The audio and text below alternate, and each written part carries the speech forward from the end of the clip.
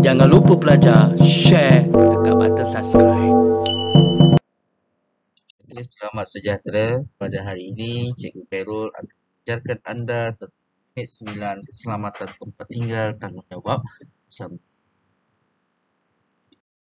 Cuba murid-murid perhatikan, ini adalah salah satu contoh yang berlaku kepada mangsa kes jenayah.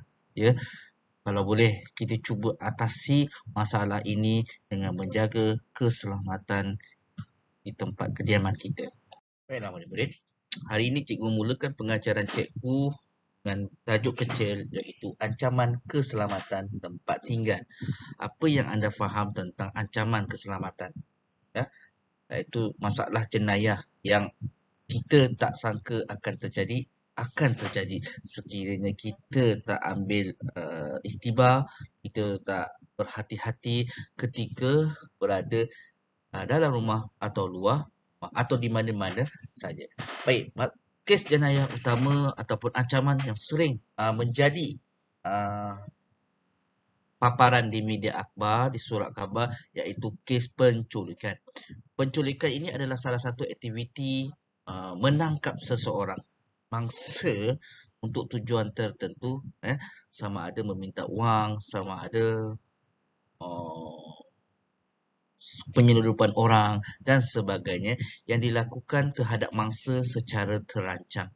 Jadi mangsa kebanyakannya tidak kiralah kanak-kanak, remaja, dewasa atau orang tua. Tetapi kebanyakan kes-kes jenayah disebabkan penculikan datangnya daripada mangsanya itu datang daripada kanak-kanak, remaja dan wanita. Jadi murid cikgu yang perempuan, kamu kena berhati-hati ketika berada di luar.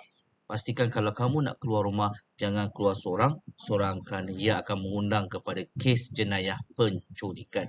Baik, seterusnya kita bagi aktiviti kes rogol. Rogol ini adalah salah satu aktiviti jenayah yang dilakukan pada mangsa. Okay. Biasanya mangsa rogol ini adalah mangsa wanita ataupun perempuan. Jarang lelaki kena rogol. Ya, jarang kita dengar. Sebabnya kenapa mangsa itu perempuan? Kerana perempuan adalah seorang wanita ataupun seseorang individu yang lemah, yang tidak boleh melindungi dirinya. Oleh sebab itu, anda sebagai seorang pelajar sekolah, anda kena pastikan bahawa anda tidak terdedah kepada ancaman-ancaman ini. Anda tidak terdedah kepada resiko bahaya kes jenayah rogol ini kerana ia akan memberikan kesan buruk kepada psikologi, mental dan perbuatan kita. Sekiranya anda terlibat itu, maka cepat-cepat minta bantuan. Oleh sebab itu, jangan keluar rumah dan jika nak keluar juga, keluarlah bersama ibu bapa dan rakan-rakan. Baik, seterusnya ancaman keselamatan yang ketiga ialah kes ragut. Ragut, tahu ragut? Ragut ini kalau dalam cerita filem, cerita drama Korea, drama Cina dan sebagainya, ada satu adegan itu ada seorang perempuan jalan bawa handbag. Kemudian tiba-tiba ada lelaki lari ke arah perempuan itu dan meragut, mengambil handbag daripada perempuan itu. Okey. Jadi mangsa ragut ini boleh menyebabkan kematian. Bagaimana cikgu kata boleh menyebabkan kematian? Okey, ancaman yang bagaimana? Baik, bila orang meragut, dia akan sentak beg tangan wanita. Okey, katakan kalau wanita itu melawan. Biasanya penjenayah ini dia akan cuba mendapatkan dengan cara yang kasar. Mana ada aktiviti ragut, encik boleh minta handbag? Kat sini handbag tu, saya nak ambil. Dia takkan kata begitu. Okey, dia terus serentak beg, handbag ataupun beg tangan wanita, ragut. Kalau tak dapat, dia gunakan cara kasar dengan menenang, menuduk sehingga mangsa jatuh atau tersungkur yang mana boleh menyebabkan kematian. Ini pernah berlaku. Yang keempat ialah kes jenayah prasukut. Ancaman keselamatan kawasan kediaman ini adalah salah satu sebabnya ialah prasukut. Ada aktiviti prasukut daripada seseorang kepada mangsa.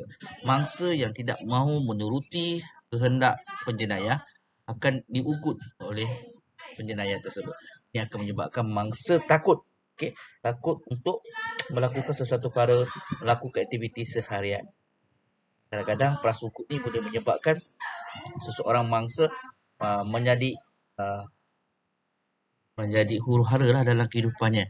Okey, susah hati dan sering dikelilingi oleh penjenayah-penjenayah yang mengugut atau membunuhnya.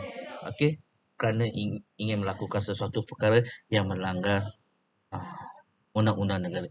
Jadi mangsa tak boleh buat apa-apa. Bila anda terima prasukut ni, kalau boleh laporkan kepada pihak berkuasa, laporkan kepada pihak PDRM.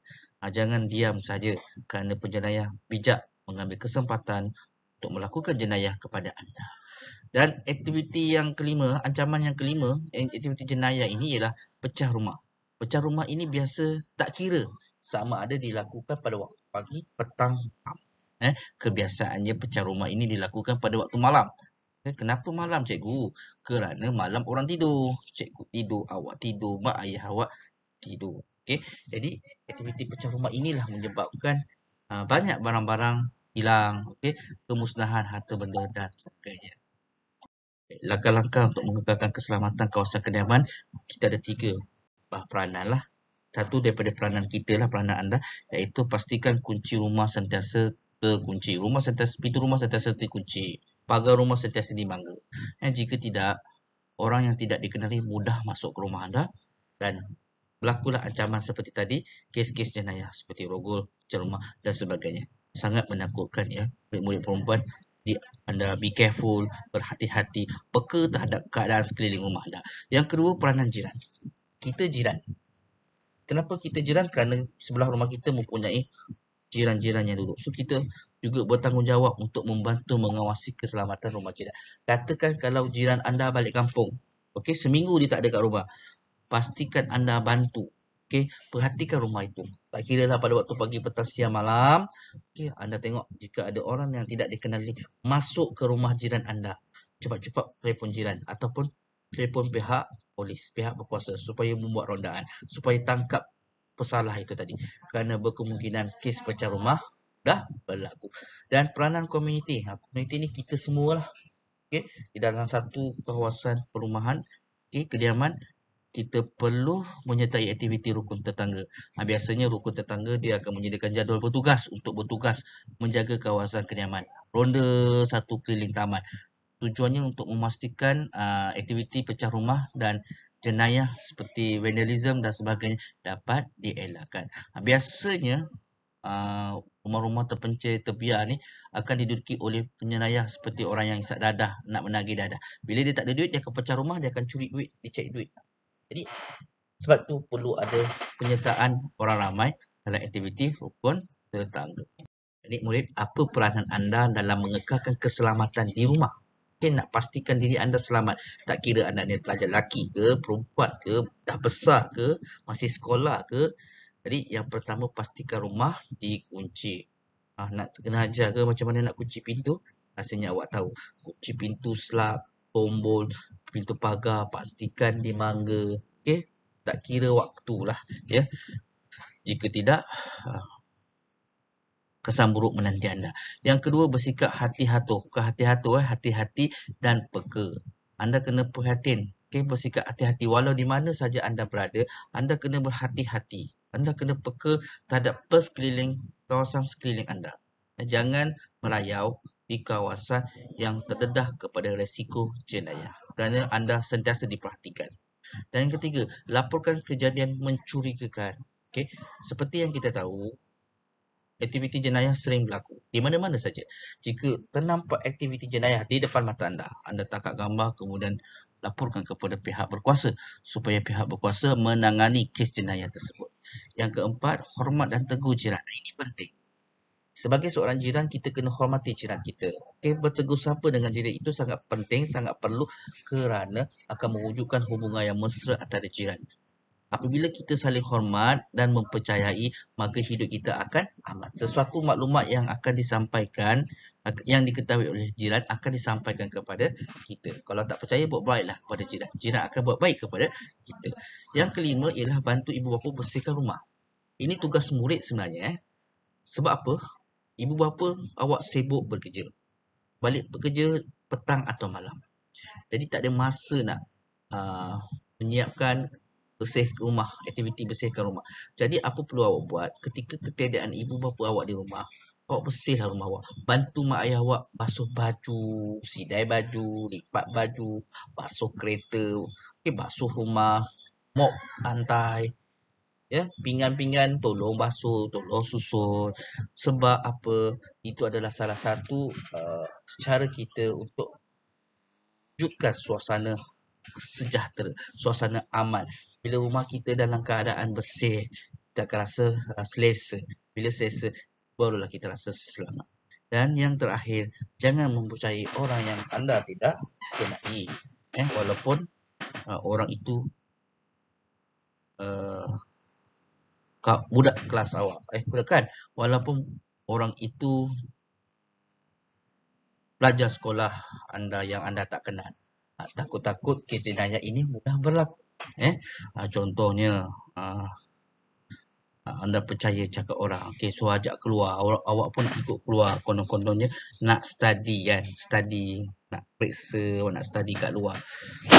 Tanpa awak ketahui sebenarnya lelaki yang awak kenali itu cuba nak mendajakan awak, cuba nak mengapa-apakan awak, cuba nak mengambil kesempatan terhadap tubuh badan anda. Ini pelajar perempuan. Biasanya mangsanya ialah orang perempuan. Jarang mangsanya pelajar lelaki. Jarang dengar. Tetapi berlaku juga, walaupun jarang. Tetapi kebanyakannya murid perempuan. Jadi murid perempuan kena alert. Jangan percaya kepada kawan ataupun lelaki yang tak dikenali. Orang yang tak dikenali. Tak kisahlah lelaki ke perempuan. Kerana boleh berlaku kes menganiayai orang, boleh berlaku kes penyeludupan orang, mana tahu dia nak culik awak, kemudian jual awak ke negara luar. Ini yang sering kali berlaku kepada remaja yang nak membesar ni kan, nak up, awak nak up. Awak rasa diri awak dah besar, awak nak hidup secara orang dewasa. Tetapi awak tak tahu resiko-resiko inilah yang memungkinkan awak terdedah, dan terlibat dalam kes jenayah. Melacurkan awak. Jadi na'udzubillah, mesti takut. Kita pun takut kalau kita diperapakan. Kalau kita dilakukan zalim seperti itu. Jadi janganlah awak percaya kepada sesiapa. Walaupun orang yang rapat dengan awak. Tapi paling penting orang yang awak tak kenali. Jangan percaya 100%. Kalau dia cakap apa, awak iakan dia tapi jangan ikut. Pastikan awak berhati-hati, peka, prihatin tak ada di kawasan persekeliling awak. Dan jangan keluar seorang-seorang ketika mak ayah awak tiada di rumah. Nak keluar pastikan dengan ibu bapa. Itu lagi selamat. Dengan family, itu lagi selamat. Sampai sini saja murid-murid pelajaran kita. Cikgu harap kamu faham tanggungjawab anda dalam mengekalkan keselamatan diri sama ada di rumah atau di sekolah. Jadi saya akhiri dengan ucapan terima kasih. Jangan lupa buat latihan di dalam buku teks. Bye.